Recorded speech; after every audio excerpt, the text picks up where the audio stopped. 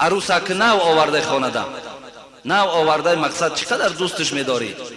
بچه‌هایی که روز اول زنگ گرفتن چه خیلی است، یک محبت های یک عجیبه یا دیگه ای پیشش دور نمیره. همین شهرم که رفتی تیز بگشته بو میبیای. مقصد همین خیلی قوه داره که انسان به خودش جلب میکنه. مقصد محبت داری. ولی پیشش ندر آمده که آتا و چت فیرات میکنه. بچه همی جبیو این قخته بالای زنک دنه پرتو. ولی نصیحت های کلانترهای ما در همین عروسیش بزن بچه هم. همین خیلی است. خود ما نمید هممون بین یکدیگر صحبت بزن بچه هم. من دیگر جاها را بها نمیتونم، من خود اون چه که در بین خودمان میبینم. بچه هم بزن. عروس در عروسیش گفتن بزن علاوه چشمش بگی نه او چشمانه نه آتش مانه نه اولادش مانه او سیاست شنان که عاقبت بچم خار میشه. آقا ببین خلافی گفته ای خدا، خلافی گفته ای رسول. اینجا در جوانی عزیز وقتی پدر مادر همین نصیحت در شما کردن، حبیب خدا میگه لا طاعت لمخلوق فی معصیت الخالق. وقتی اینا خلافی گفته ای خدا و رسول گپ زدن، بگو پدر مادر من تو را از جان من دوست میدارم، از زن من دیده دوست میدارم، لیکن این نصیحت نادرستی تو را قبول ندارم. پدر عزیز، مادر عزیز، تو مرا یک بار برای محبت زنک تربیت کن.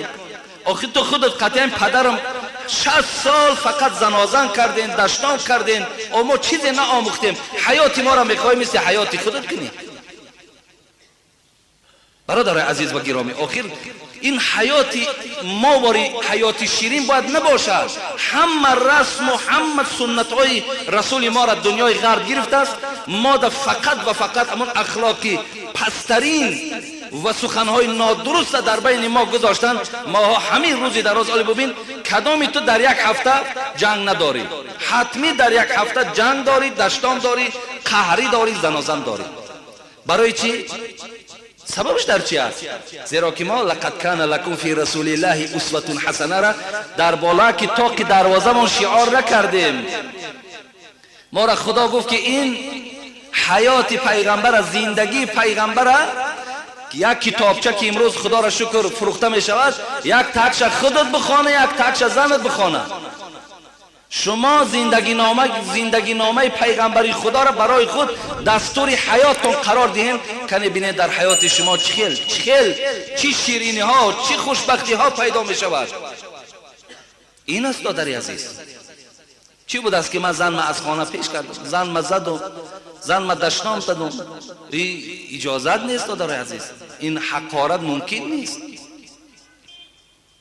برای من خواهر عزیز شما با طاقت باشین، پرصبر باشین، انشاءالله پروردگار همراه شما هست. و جوانی که به این عمل زیش چنگ زده ای، خدا به سوی خدا توبه کن. اگر توانی هر شرایطی که برای تو امکانیت میدهد دست میدهد، این زن همراه فرزند خود جمع کن، اونها را تربیه کن، اونها را خدا ترس کن. فرزندها تا بد اخلاق و فرزندها تا در راههای نادرست نگذار که آینده از پشت این فرزندان